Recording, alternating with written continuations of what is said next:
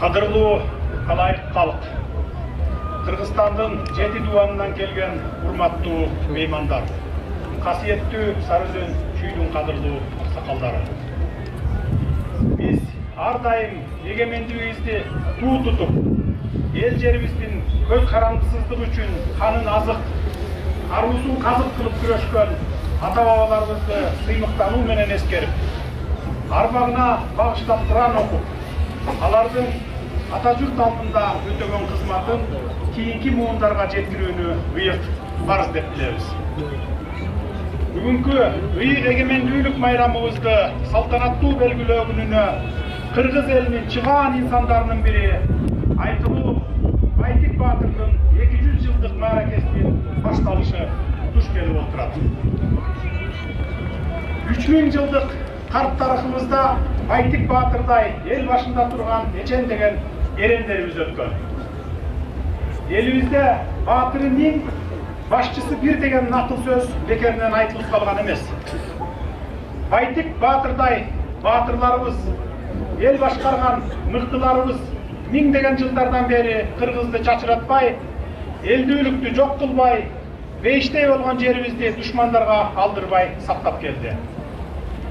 Бүгүнкү улуттун улуу күнүндө эркиндик үчүн күрөшкөн элибиздин эрдигине, эл башындагы баатырларына, журт башкарган даанышман башчыларына таазим кылат.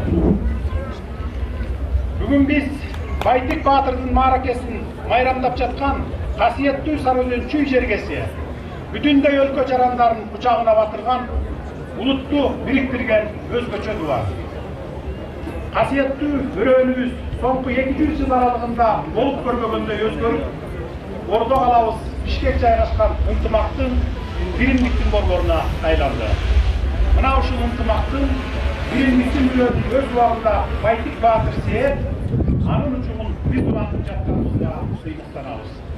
Бул өрөөндө борбор калабызда ынтымак өткөрүлсө, 7 дубанда биримдик аттарына өлкө башчысы катары терең ишенем.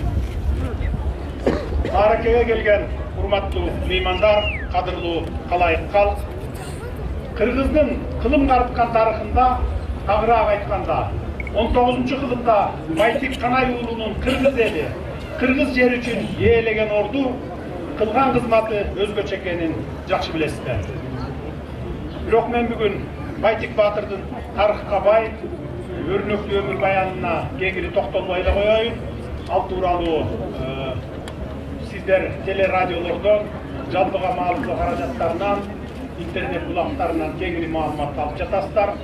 Мен алардын айрым урунттуу учурларын гана сиңектеп өтүүнү көрүп турам. Биринчиден, Байтик Баатырдын эл башына келиши карт тарыхыбыздагы көндүм көрүнүштөрдүн бири.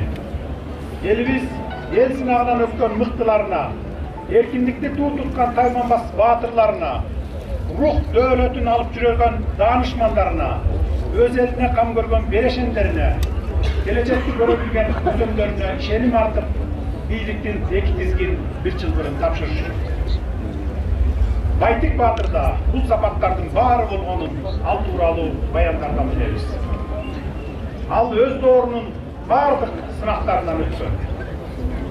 Байтик Баатыр таластагы таякелеринде жүргөн санжыргалуу санжырачы, даңазалуу манасчы Балык Ооз Кумар уулу менен таанышып, жакындашып, чүйгө келгенге көндүрөт. Чүйгө келгенден тарта ага өзгөчө кам көрөт. Өмүрүнүн аягына чейин Балык Ооздон санжыра угуп, улуу Манас баянын көкүрөгүнө сиңирип, рух дүйнөсүн байытат. Манастын күчү Байтик Баатырдын канында айланып, жүрөгүнөн түбөлүк түнөк тапканы анын ар бир аракетинен көрүнүп турат.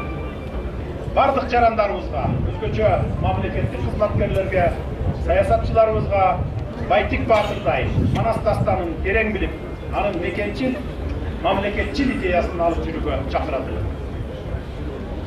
Экинчиден, Байтик Баатыр ар дайым эркиндикти туу туткандыгы менен өзгөчөлөнүп турган инсан. Ал эки доордо жашады.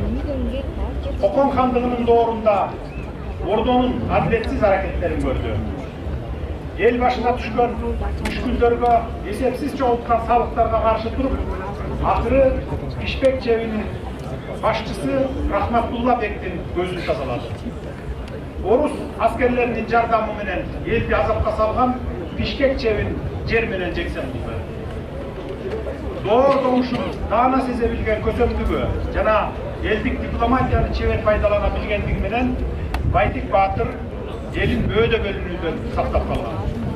Anın jasagan işleri bugün biz üçün özgöçö mыкты сабак.